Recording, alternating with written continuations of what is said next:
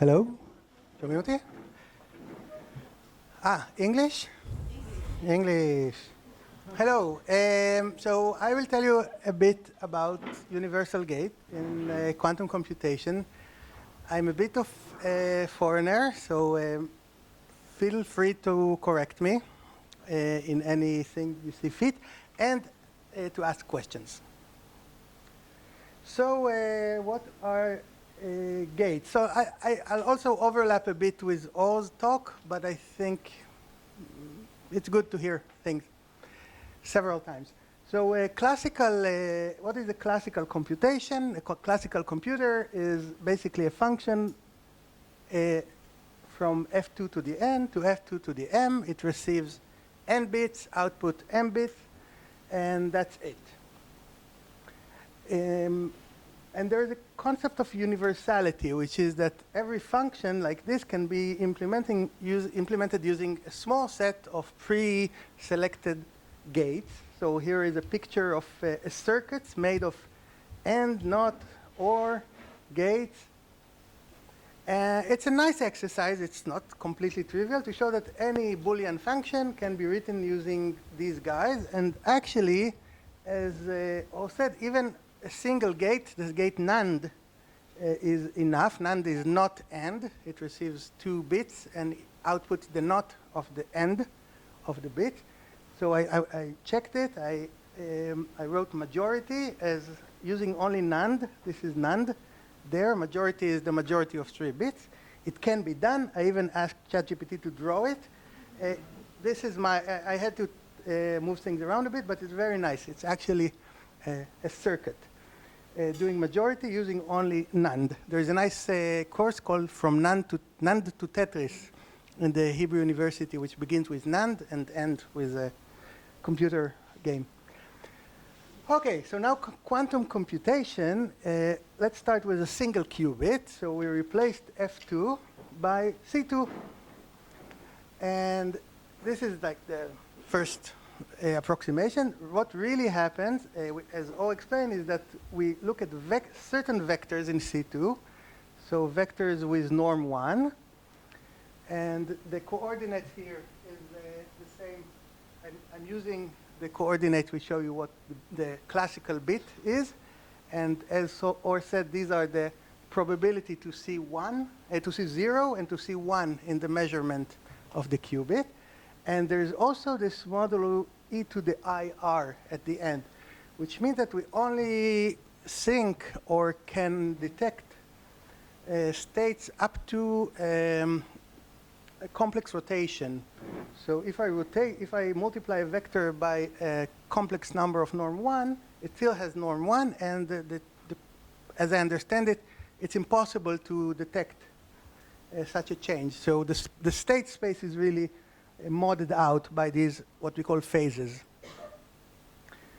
And I think the biggest thing is the no cloning, as I understand it. There's no, so here, this is apart from the NAND picture, where I'm taking the input X and I'm sending it to 2 different gates. And that's something you can't do in quantum computation. You can't take a qubit and clone it and send it to 2 gates. And this is why when you see circuits of quantum computers, they only go in parallel. You cannot do this, which is a bummer.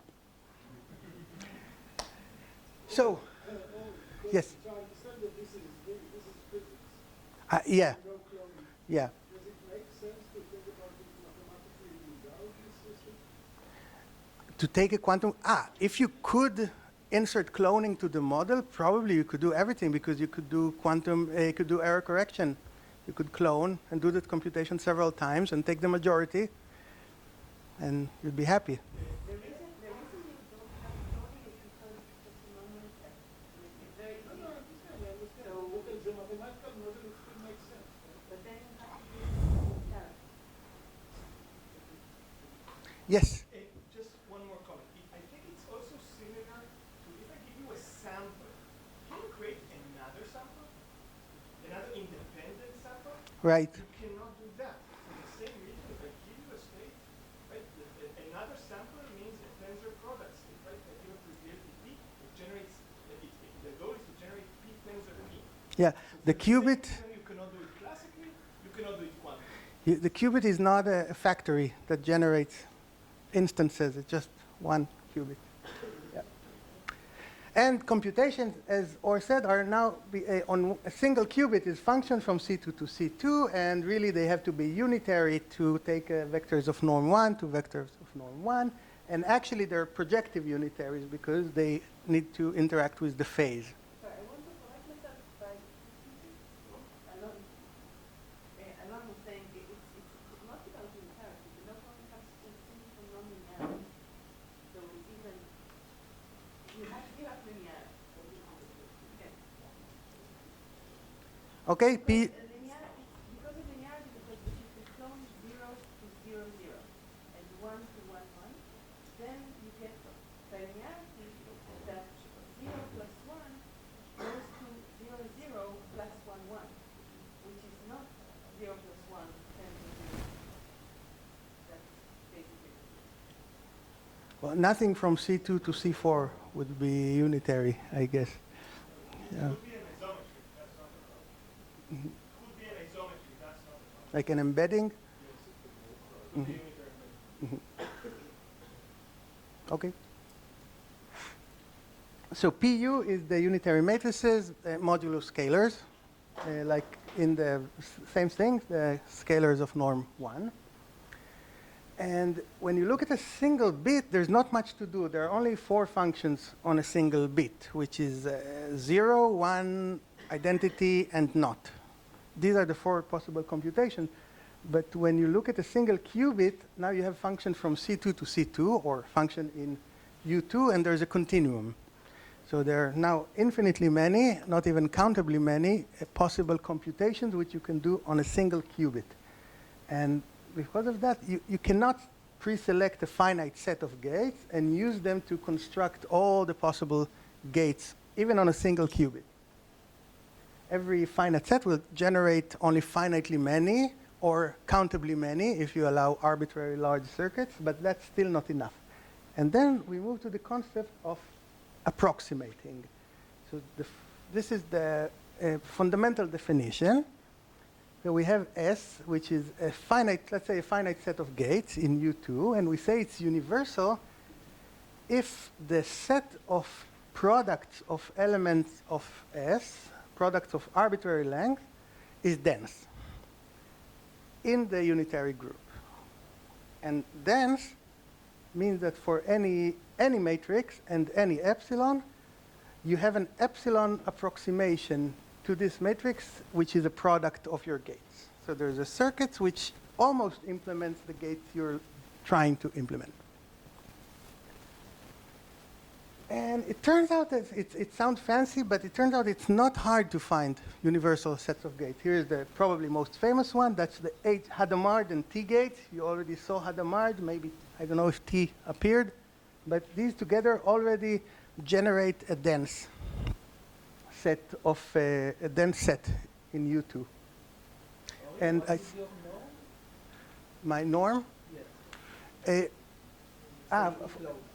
Dense is only about the topology. Right, but you said Yeah, It's well, finite dimensional, so all the norms are the same. it will work, yeah, with any, yeah. Different norms will just mean different scales. Yes. Is that a parameter of how many of those you lie? Okay, that's, yeah, we're going there. Definitely. Yes. So you only need Hadamard. No, Hadamard alone. Why do you say that? No, T is not a scalar. It's diagonal. Because before you mentioned that both times the complex number of name one doesn't happen. Right. If I had the same complex number on both entries in the diagonal, then I could throw it out for PU. But this is not trivial. Relative, Yeah. Changing the phase of 1 but not of 0, that's something I can detect, and all showed an example with the plus and minus. Here is a classical exercise that you can all do. take a matrix in U1. A matrix in U1 is just e to the I pi theta for some real theta. And the set containing only one matrix is universal if and only if theta is not rational. If it's rational, then some power of this matrix will be the identity, and you'll only have a finite number of gates. The interesting thing, which is a nice exercise, is to show that otherwise you do generate a dense set. I see people nodding, which means you did it at some point in your life. Okay, and here's the fundamental question, which is what circuit length is needed to epsilon approximate every gate in U2? Or almost every gate. Sometimes this is enough for us. This is like a worst case analysis of a problem compared with average case analysis. Maybe most gates is enough for some problems. So this is what we're really after. Finding gates which are not only dense but efficient, which means that we can approximate arbitrary gates with a short circuit.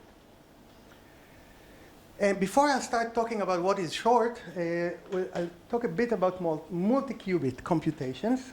So a system of n bits has 2 to the n states, and we write it f2 to the n. And the system of n qubits also has 2 to the n states.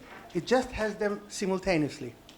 So it's a vector in C to the, I think about f2 to the n. The indices are strings of 0 and 1, and the sum of absolute values squared is 1. And again, this is the probability to obtain a specific measurement from the system. And the multi-qubit gate has to preserve the norm, so it's a matrix in U2 to the n.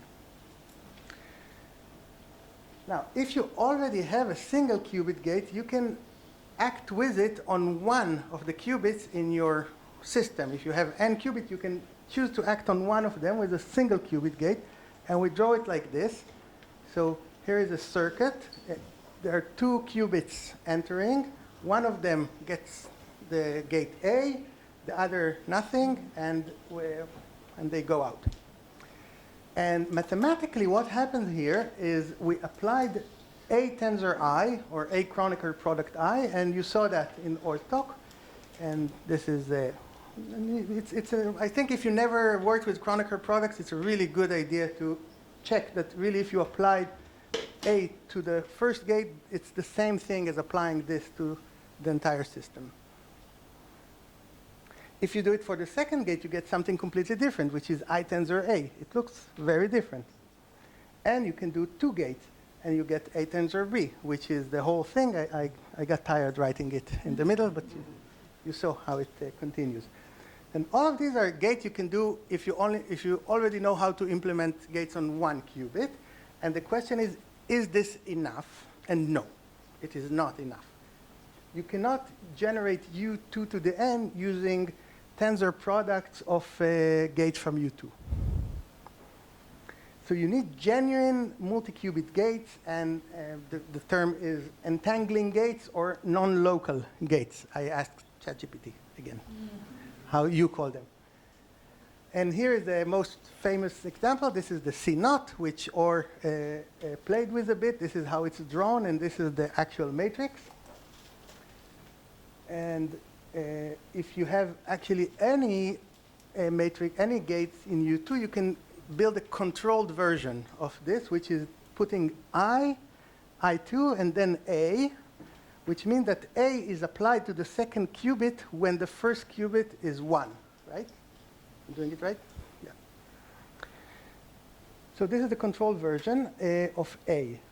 Why doesn't this contradict the assumption that we can clone bits? We do use the first bit in 2 ways. So basically, there are 4 states for 2 qubits. And now I can say, my gate, I want to just say, okay, this state goes, I'm thinking probabilistically. If this was the state, then the probability at the end is one of these 4. If this is, it's one of these 4. And that I can do. I mean, there's no cloning here. It's like there's something coming in, and then there is some computation. But you just need to see what happens for each of the 4 states. A different answer is you're asking basically what C naught. C naught is like copying a bit, right? 0, 0 goes to 0, 0. 1, 0 goes to 1, 1. So you copy it. But you copy only in a particular basis. And that is allowed. Copying in any basis, in all bases, is not possible. Interesting. And then I said, quantum scientists have found a much nicer way to write matrices, which is this. Instead of this frightening matrix, you get nice expressions like this, which I still can't read. But you need, at some point, you need to learn how to decipher these things if you want to work in this area.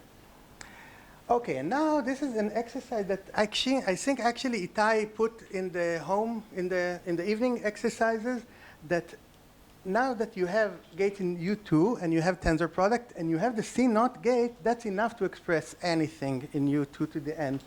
And I'll give you a little hint. The thing is that using C naught and gate from U2, you can now build controlled versions of your U2 gates. And then from them, you start to build everything. You say C naught mean any code that depend on another one? No, this specific C naught. But this is for like... Yeah. Sorry. Yeah, if you have n qubit, you pick 2 of them and you apply C naught to them and identity everywhere else. Yes. Sorry? In terms of efficiency? No, I don't think, I doubt it. That's a very good question. So in a minute we'll talk about efficiency again, but right now, 4-dimensional, the equivalent of C naught for n-dimensional will be twisting one of them and then... yeah, it will be C naught tensored with I n minus 2 times. No, here it's talking about 2 different things.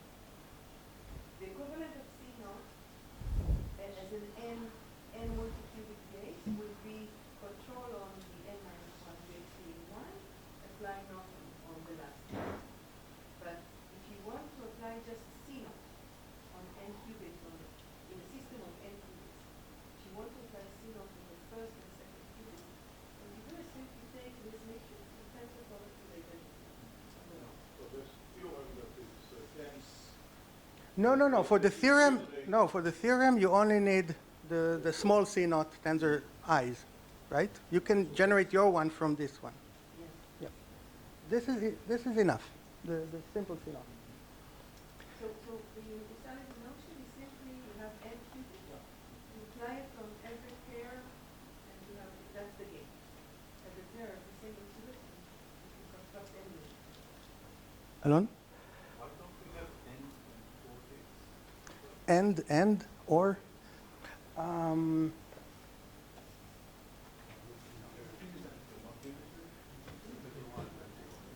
They're not unitary, you can construct the equivalent. So C naught conditioned on 2 qubits, control naught is like an n. But it's A, B, C goes to A, B, C XOR A times C. So it's like an n. Yes. For example, a control knot is more efficient to convert on any state than a control knot. I can't hear you. Is it more efficient to use a control knot, for instance, to convert more efficiently on any element of the I don't know. Okay, I think I understood the question. Dorit, do you? Is it more, yeah, the question was, is it more efficient if we have larger gates? For example, control not. Okay. I don't know. I expect it to be, but I don't know if... Yes, but not in a way that really matters. There would be a polynomial difference. Mhm. Okay, so... If you have n gates like bigger, you mean like 5, or do you mean like n? 2 to the n, yeah. No, but then it's, you could do anything with one gate. No, I don't think No, that. it means C naught, not any n qubit gate, but particular C naught conditioned on n. That's not, that doesn't give you a lot of power.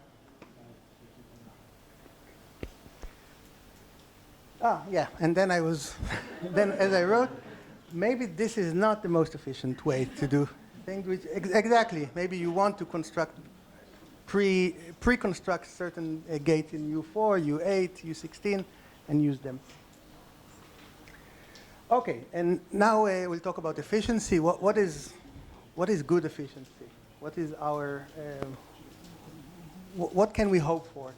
So here's the question that we postponed. For a universal set of gates, what circuit length L, which is a function of epsilon, do you need to epsilon approximate every gate or almost every gate? I'm going back to U2, but the question makes sense for any U. And I like to separate this to two questions. The first one is, what is the growth rate of the number of gates, number of circuits you get?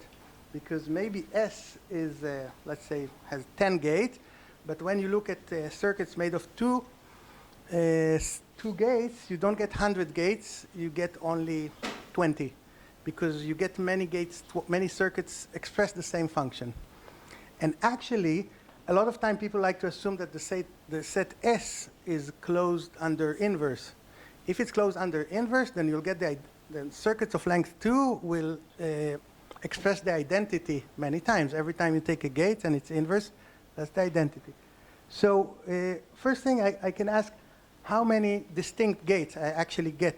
How many distinct circuits I actually get using L gate?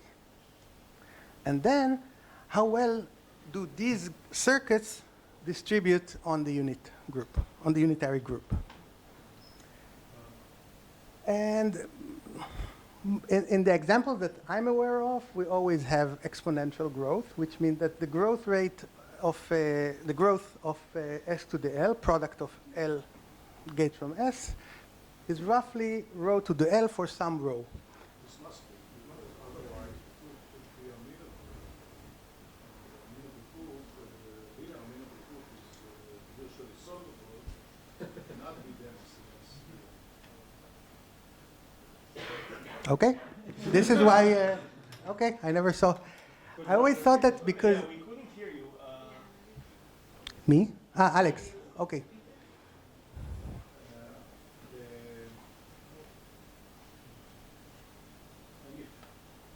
Any sub-exponential would be virtually. A linear group which is of sub-exponential growth must be amenable, but it's also well known that amenable linear groups are virtually solvable, and therefore a virtually solvable group cannot be dense in SUN, because SUN is not solvable. Nice. You see, math can be useful. Pay attention. So we're going to fix this rho because this is really the growth rate of numbers of circuits we can make. And first thing, if your set is symmetric, then the growth rate is at most S minus 1. You can see this because you want to count words which don't, with no cancellations, without a gate appearing after its inverse. So it means that every new letter, you only have S minus 1 option to choose from. And then you would really have this growth rate, S minus 1, exactly when your S generate a free group. So this is more or less Kesten, I think. So now G is my U2, but I think what I'm going to say now will work for any compact group.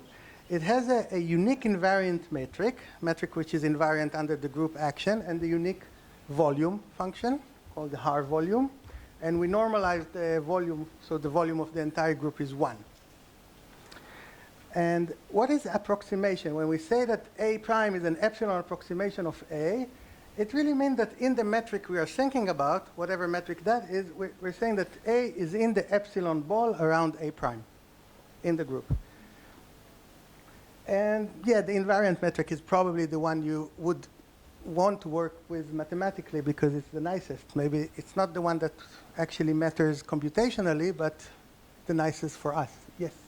Just to understand, what does it mean for a matrix to be the epsilon ball of another matrix? Like how do you So there is the metric function is on U2. It's a function which gets two matrices and tell you what the distance between them.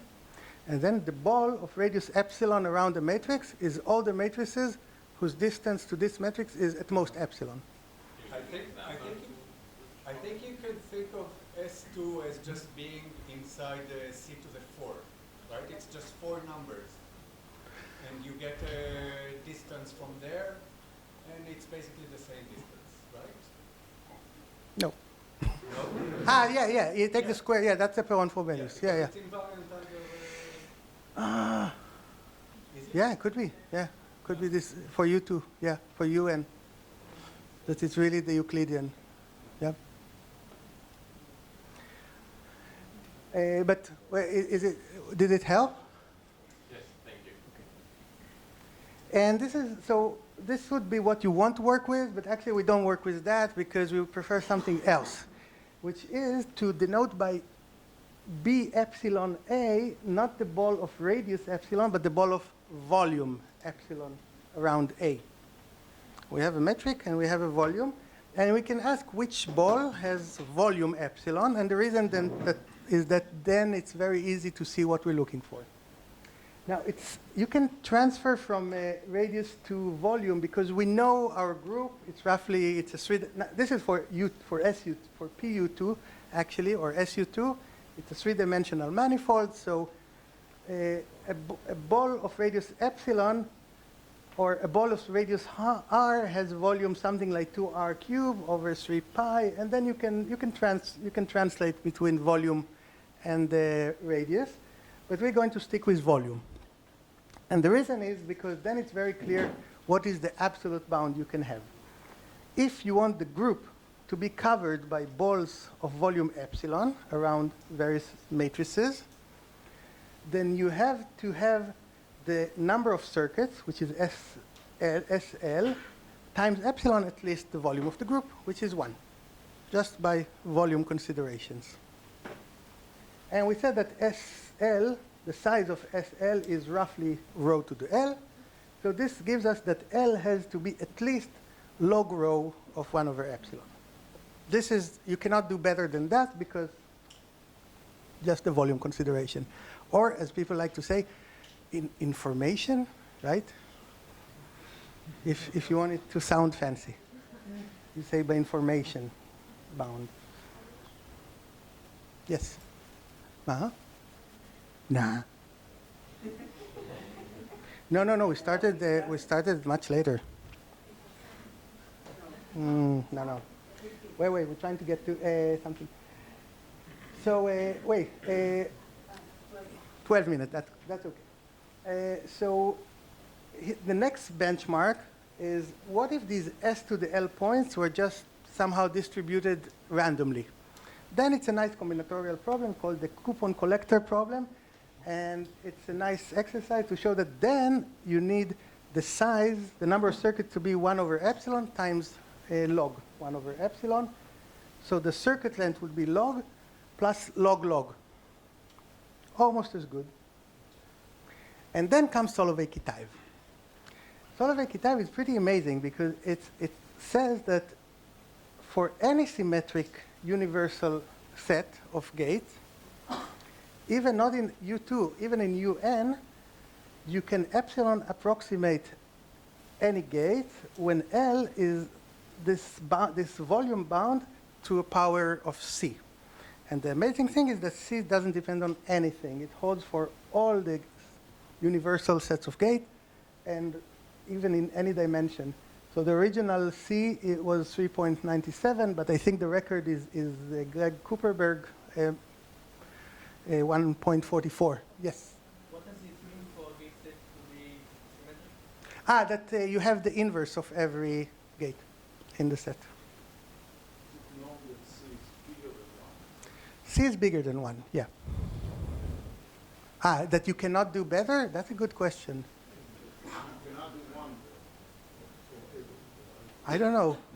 Do you know? I don't know. I actually thought about it myself yesterday, and I don't know. I don't know. Yeah, that's the volume. That's the volume bound. Yeah, the volume bound is 1. Yes. You said what's the UN? But what is UN? UN modulo phases, modulo norm 1. And the proof is Lie theory. It uses commutators of matrices to get better and better approximations, which is nice because you actually get the approximation. You get the circuit. And the next thing is spectral methods. This is how we can do better. And then for a set of gate S, we associate the operator, which takes a function on PUN, function f, and returns a new function, which for every point, G, in UN, it sums over the translations by the element of S. So I look at G, then I look at SG for every S in my set, and I sum the values of F there. And it's clear that if I take the constant function, then I'll just multiply it by the times S. So S, the size of S is an eigenvalue. And then it's a nice exercise to show that S is universal exactly when this is the only time S appears as an eigenvalue. So if I look at the orthogonal complement to the constant function, which are the functions of integral 0, S is no longer in the spectrum. I recommend to think about it. And then we say that the operator has a spectral gap if it's not in the closure of the spectrum, which means that you also don't have eigenvalues which approach S.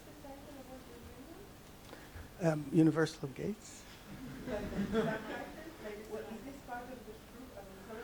No. We're finished with Solovay Kitaev. Now I want to say how you can do better than Solovay Kitaev. Yeah. And these are spectral methods, basically. So spectral gap means that there is a gap between the trivial eigenvalue S and the rest of the spectrum. And then I don't know who to attribute it to. I put a lot of people who understood this, that if your set is symmetric and its summing operator has a spectral gap, then you actually achieve Solovay Kitaev with exponent 1. So you get to the volume bound up to a constant. And then you can ask, what can you do with this constant? And the sad thing is the proof is not algorithmic now. It's a spectral proof, and then you still have the synthesis problem, which is how do you find a short approximation to your gate? You know it exists by spectral arguments, but how do you actually find a circuit? And then it depends on your gate set. Sorry, if I return to the middle line, if the size of S isn't in the spectrums, doesn't it mean that the graph is connected? So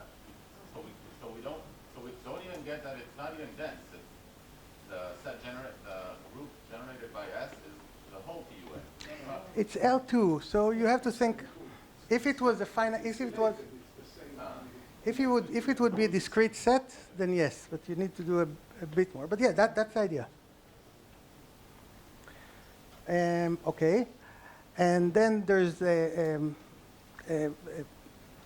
theorem by Bourgain and Gambord. Now I know who to attribute this to, and this is that whenever you have a universal set whose entries are algebraic numbers, it actually has a spectral gap. So it means that Solovay Kitaev will apply with C equal 1, but again, this is not explicit. So you know that there's a spectral gap, but Bourgain and Gambord don't tell you what it is. And then you can ask, okay, so how good can it be? And if I call WS the supremum of the eigenvalues except the S, then it turns out that the lowest it can be is 2 times the square root of the size of S minus 1. How does this affect the constant? What? Why do you care about the constant? I mean, for every spectral gap, then we have this overflow order. Yeah. So what's the motivation? To get the O, to understand the O. Yeah, to understand the constant. Yes. But yeah, I need to connect the spectral gap to the covering. I'll do that if I have a moment. If not, then later. How much? 9 minutes? Cool. It grew somehow. Nice. Maybe, okay, I didn't prepare enough for the... So WS is the spectral, the largest non-trivial eigenvalue, and it cannot be less than 2 times square root of S minus 1. And Lubotsky, Phillips, and Sarnak in the 80s already constructed explicit S in U2, which actually achieve this optimal spectral bound. Before quantum computers even, before people thought about these problems in the area of quantum computation, which is why it took time for people to realize it's connected. So here are some examples. So the first one is 6 elements in U2, which have this optimal spectral gap. The second one is 3 elements. And here's the link from spectral to covering. So this, if you're familiar with spectral methods in graph theory, this is kind of similar to Cheeger inequality in graph theory. You know? Somebody know the term? Yeah, okay. So it's kind of Cheeger. You start from the second eigenvalue, and you want to say something about distribution. And it says that the volume of the total balls of radius epsilon around your set S is at least 1 minus the spectral gap square over k square over epsilon. So what are we able to do with these 6 generators that you want? Do you know how to generate a particular point? How to? Like how to generate a particular point, to come close. To actually write down, yeah. Yeah, there are good algorithms. So what is it? Oh, the size of S. Yeah, should be the size of S. So you have, if you want this to drop below 1, you need the spectral gap to be smaller than k. I still want to maybe, can you elaborate on this a second? How do you do this? What? How do I write? Your point, and how do you come close to this generator? You solve the Diophantine equation, which comes from the construction of these gates, and I have a slide about it in a few slides. It's not trivial, and it has to do with the specific gates. It has to do. So in general, from spectral gap, from these arguments, you don't have a specific construction. It's just for the LPS. Yeah, if you understand your group for some reason, then you can start analyzing. It's not from the spectral analysis. Is this a hint?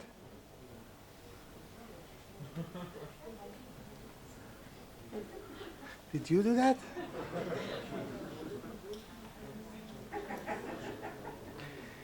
Okay, so I'll tell you. Sorry. Okay.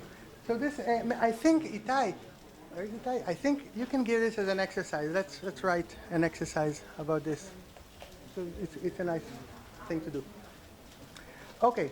And the one thing that you need to be careful about is that what you really need to do is not understand W of S, but W of S to the L, because you care how well S to the L distributes, not S itself. S itself is like 5 elements. It distributes pretty badly, but maybe time L, it distributes better. And what you get for these optimal spectral gap is that the covering is 2 times the volume bound. It involves some analysis of these S to the L using Chebyshev polynomials, some classical things. And if you look at the almost optimal, almost all elements, you actually get to the volume bound plus a log-log factor. So if the average case is actually as good as can be. And you also have optimal growth, which is kind of, for similar, the philosophy is really that to have this optimal covering, you also have to be optimally growing. So the number, you get here that the growth rate of the number of gates is S minus 1, which is, as we said, optimal for symmetric set. So you know that without the tree you can cover everything? Yes, for certain gates. We know there are points which kind of deflects the Diophantine approximations, and you get to them slower. Same thing with diameter of Ramanujan LPS. It's like 4/3. We know you need at least 4/3. Yeah. And this means this rho equal S minus 1 really tells you that if you look at the Cayley graph of your generators, which is you take the group generated by your gate, and you take the graph where you connect every element of the group to its product by these S generators, you get a tree. You get a tree, and this tree is embedded inside SU2. The fascinating thing is that the expansion, so the covering rate, is also the same as the covering rate, the growth rate of a tree. And this uses very, very deep results in number theory. So this relies. So basically, I'm thinking about the spectral gap. This is 2 times square root of S minus 1. This is the spectral radius of the tree. You look at the adjacency matrix of the tree, this is the largest eigenvalue. And the fact that you got here a tree inside SU2 is simple, actually, to show. It's very simple combinatorially. But the fact that this group also acts inside SU2 with the spectral gap of the tree, that's very deep. So this is the Lin's solution to the Ramanujan conjectures and other parts of the Langlands program. And okay, actually, I didn't say much about this, but from the arithmetic structure, there is a nice algorithm by Ross and Selinger which tells you how to approximate, actually not every matrix, diagonal matrices, but then you decompose a general gate to 3 diagonals, 1, and then you multiply these 3 approximations. So you get 3 times optimal. Okay, yeah, I was going to say a bit how it comes, but let's skip this. Oh yeah, so I do recommend looking at this construction, so the LPS construction, which is very pretty. It goes back to 19th century work of Jacobi. I'll say a last word about what happens after that, because we only talked about U2. And okay, so there is the question of finite order. So around when people rediscovered the work of LPS in the context of quantum computation, people from your community told them that it's not good for them because all these gates have infinite order. And every error correction scheme that exists only applies to a gate of finite orders. So this is another question, how to do optimal expansion using gates of finite order. But the more interesting is higher dimension, which is hard for many reasons. When you go from U2 to U3 and U4, you begin to look at arithmetic lattices acting instead of on structure which are not trees, but they are what's called buildings, which are higher dimensional analogs of trees. Maybe, yeah. So here is a picture, just to get the flavor. So here you have some matrices, actually one matrix from the LPS set of gate, and then I'm looking at its powers and the powers of its inverse, and they span a line. But the construction is actually taking all matrices which satisfy A star A equals 5. And you need to divide by square root of 5 for it to be unitary. And what happens if you even start with this and you go to 3 by 3, suddenly you get a plane because you have these 2 factors of 5, 1 plus 2i and 1 minus 2i. But before that you had 2, and now you have 3. So you can put them, I'm going here, you can put alpha alpha alpha bar, or alpha alpha bar alpha bar, alpha alpha bar. You have 6 options.